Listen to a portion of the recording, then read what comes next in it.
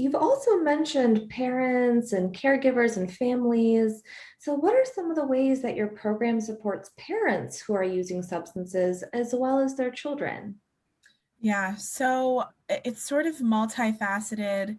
First off, we don't assume that someone's substance use disqualifies them to parent, right? So once again, you'd have to look at your own like mandated reporting laws for your state. They vary. They also vary surrounding substance use. So you want to like some laws say that if the very existence of a substance is in the same room as a child, it's a report.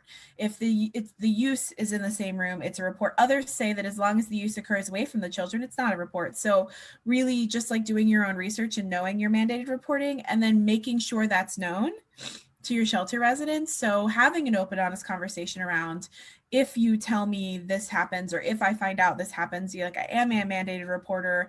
Here's what that would look like if I did have to report. Here's what I would say.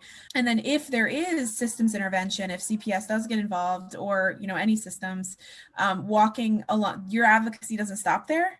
So walking through that system with them, whatever it might be. And then of course, when it comes to like the children, if the survivor, like first off, we would never disclose a parent's use to a child without the parent wanting us to. But if the parent wants to have this conversation with the child surrounding use or systems intervention or any of those things, like helping to guide that conversation, make sure it's in the language that the child can understand, an age appropriate manner. And you could, there's plenty of research surrounding how to discuss this with each age group. So usually we just would look it up, walk through it with the parent. This is what we're thinking. What do you think? Like, yep, that seems like it'll work. Let's do that. There's coloring pages. There's conversations around, like why my parent might use and how that's not my fault and, those sorts of things. And then advocating for them to parent their own child still and help out where you can. Just like any other, I don't know about, we have anyone with children in the shelter, regardless if they use or not, parents need help. It takes a village. Watching the kid while they take 10 minutes outside by themselves. We have a playroom and a jungle gym outside where they can play sort of unsupervised. So I think also just creating space for people to parent within your building is helpful. Yes, yes.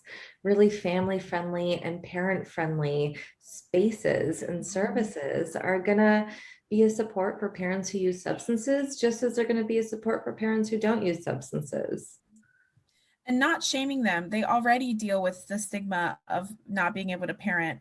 You don't have to tell them that. Someone else did. Someone else has told them that 300 times, right? So just supporting, how they're feeling about their parenting and looking at it as each individual need. Some people, the way the substance affects them, it wouldn't affect their parenting at all. They might be extra motivated to parent, actually, extra motivated to take the kids swimming or whatever. So I think really tailoring, if there is an intervention needed, tailoring it around the unique needs of the family rather than just saying any survivor who uses, we're going to have to watch their children 24/7 and surveil them and like just really tailoring it around the needs of each family. Yes, yes. Really combating the stigma and all the stories that we're told about parents who use substances. And if and when there is any kind of need or resource that would be helpful, then, just working with the family like we would in any other moment to support them. Right. There are a lot of reasons why we might need support sometimes as a parent. And as you just said, it takes a village, right? We all need support sometimes. Mm-hmm. And I think normalizing that